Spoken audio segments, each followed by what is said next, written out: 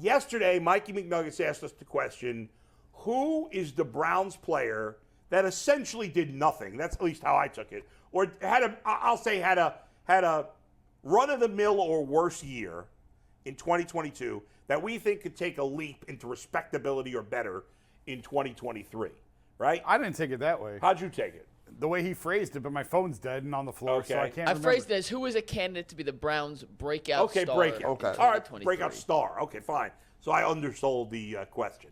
So, But real quick, Yeah. to tell you how it was interpreted differently, you and Jay, and I have Jay's answer, took it in one direction.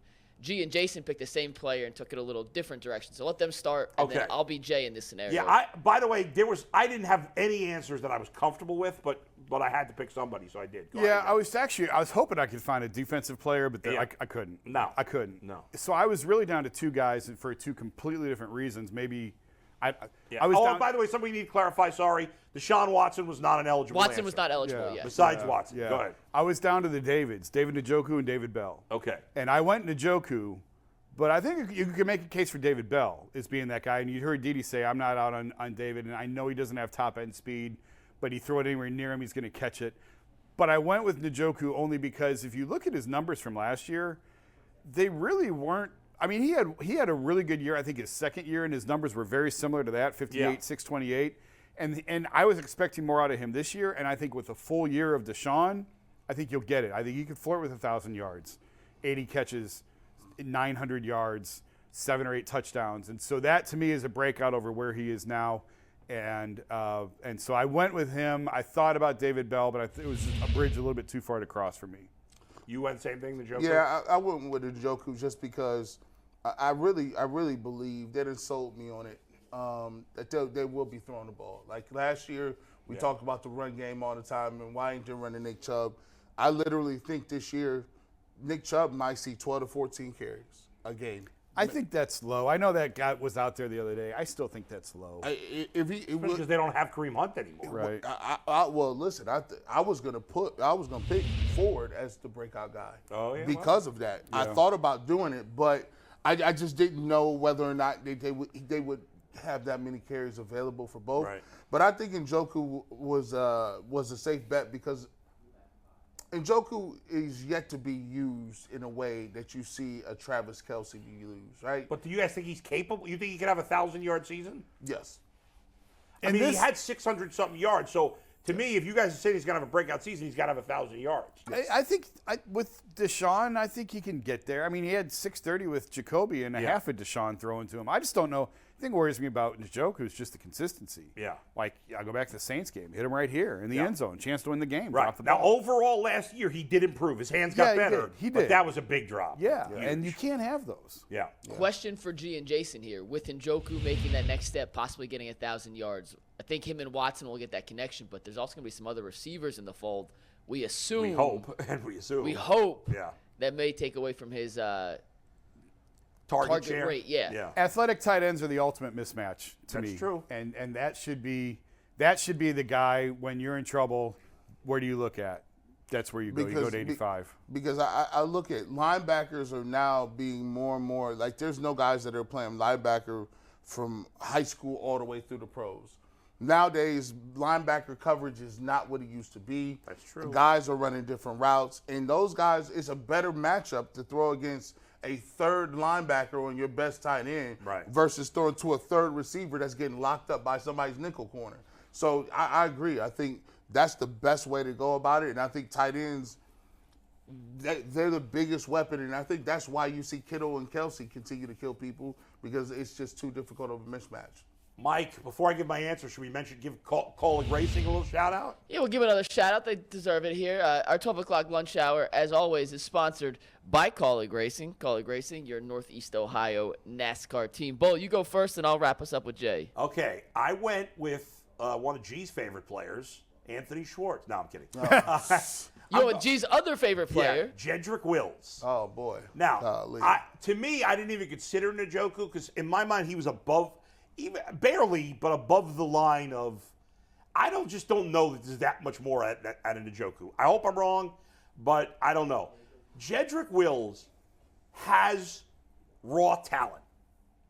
He plays for a great coach on a good offensive line. Now, he's had some injuries that he's dealt with, and he's a sloppy player. He has some bad habits. I'm hoping that now 2 years off that injury he had that really screwed him up, when you look at the PFF grades, he was actually a little better than I thought, like watching with the eye, because we're not watching him on every play. I just think his bad plays stand out. They're really bad. They're really bad. And I'm hoping that with the great coach, even though he's been there, and another year of experience, and with the contract starting to be a factor, that maybe he's going to start to clean up the sloppiness. That's my hope. And there's potential for him to become just a guy to a good starting left tackle. I think that would be good. I think there's a chance it's going to happen. I'll be honest, I don't feel that confident about it, but there was nobody else I had felt good about of their young guys, unfortunately. So Jay, when I texted him this, Yeah. responded, easy answer. So he either took it a By the- different way. Okay, go ahead. Because I was saying, yesterday, Jay tied himself into a pretzel trying to convince us all that Hot Rod Williams was a role player, Yes. which he Yes. was not. He also tied us started up in a multiple pretzel trying to tell us games. that Pat Mahomes outplayed Jalen Hurts in the Super Bowl. But that That's was true. a whole different Well, topic. G was with him on that one, though. I agree with that. Yeah. G was on a ride. Yeah. But, okay, this was Jay's answer. He said Jerome Ford, which I do which is think the one G was was a gonna pretty say, good yeah. selection Yeah, here. that's good. Last season, he played very sparingly in the offense, 8 carries, 12 yards. Ironically, one of those rushes went for 9, so he had 7 carries for 3 yards the rest of the time. But he was really positive in the return game, averaged 24.5 yards a kick return. We saw a lot out of him in the preseason, which I think got us excited. He wasn't utilized a ton in the actual offense once the season started to roll around. But I do think with Kareem Hunt gone, with Chubb just continuing to be on a snap count or a carries count, Ford's going to get a chance, and I do think we saw enough in preseason in his sparing time to think he's going to play a decent role in this offense next year. Yeah, and look, we don't know what they're going to do. They might bring in another veteran running back, a cheap guy to be in the mix. They still have, what's his name, who they drafted 2 years ago? D'Ernest? No, D'Ernest is a free agent, too. He's going to be gone. Who's the kid they drafted? Felton, Demetric Felton. Demetric Felton. So he's in the mix, too, although I don't think they look at him as part. He was a later pick also. But yeah, I mean, unless something weird happens, Ford is the most likely guy to be their number 2 back. Yep. Yeah. And he might end up being their third down pass catching back, which in this offense, if it's as pass centric as we hope it's going to be, could be a decent role. Like, it wouldn't stun me if he ended up with 350 rushing yards and 350 receiving yards, something like that. So last that would be a season, Kareem breakout. Hunt, Steve, pull up 19 when you get a sec. Yeah. But last season, Kareem Hunt, I'm going to show you his numbers, Yeah. were 468 rushing yards, 3 touchdowns. Yeah. What percentage would you guys put it at that Ford can match that total this year? 1%. 1? Rushing yards? Like total yards, he can get 468. I would have said Okay. 10 to 20%. Yeah. So more realistic in I the 300, would say about 350? 25%. I I think he's going to get some more carries this year. I don't think he's going to get more touch. I don't think he's going to get more carries than Kareem Hunt. Now, I do think Kareem Hunt has clearly lost a step, as we've talked about. But I don't know. I mean, to get 500 yards playing with Nick Chubb will not be easy. Especially on an offense that you think is going to throw the ball more. He had more yards than I thought, I'll be honest. I thought it was about 370. Yeah, I when don't think called he's that rushing up. for 470 yards. Like I said, I could see him rushing for 300 and maybe receiving for 300.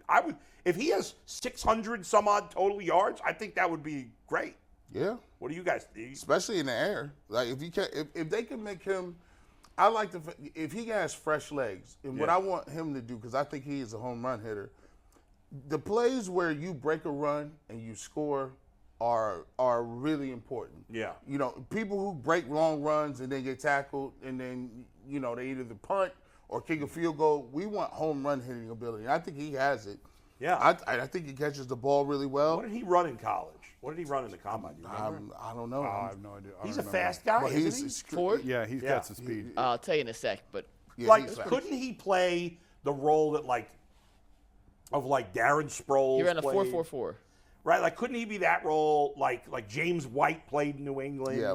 Like that's I don't see him getting a ton of rushing yards. I think Nick Chubb is going to get even a higher percentage of the rushing attempts, but I could see him catching a decent amount of passes. I guess we're having two separate conversations Yeah. because yes, I 300 rushing, 300 receiving would be a great year for him, but Right. I don't consider that a breakout. Right. That's true. Right. That's, right. And that's so a- that's where I'm kind right. of Well, stuck you on guys were this. thinking, and I was to some degree too. Like, guy becomes like a legitimate Threat in the offense. Yes. Like, no one would say Kareem Hunt had a breakout year last year. No, If, right, if right. he what is a breakout considered? Right. He'd have to have 700 yards or something like that. Oh yeah, He'd go from being nothing to being a piece. yeah. It's like in the this- NBA's most improved award, which is the hardest thing to vote for. You to take a guy who went from being good to great, you take a guy who is nothing to something. Right. I guess there's a little variance. I Who's got up one for more. that this year? Devin Vassell?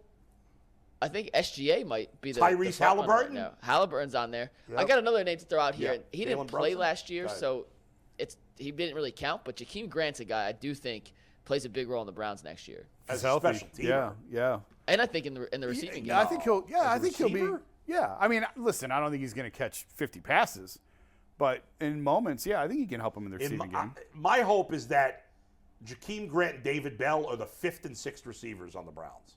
That they bring in 2 guys with the 4 they have, no Yeah. Schwartz, none of these other guys, Yeah. and they bring in 2 guys, one like a Brandon Cooks, and then one lottery ticket guy who's a guy who hasn't done much, has some potential, or maybe a draft pick and something like that. I like pairing rookies with a veteran just to Yeah. hedge your bet a little bit. I like There's that. got to be another veteran wideout on this team. There has to be, I think.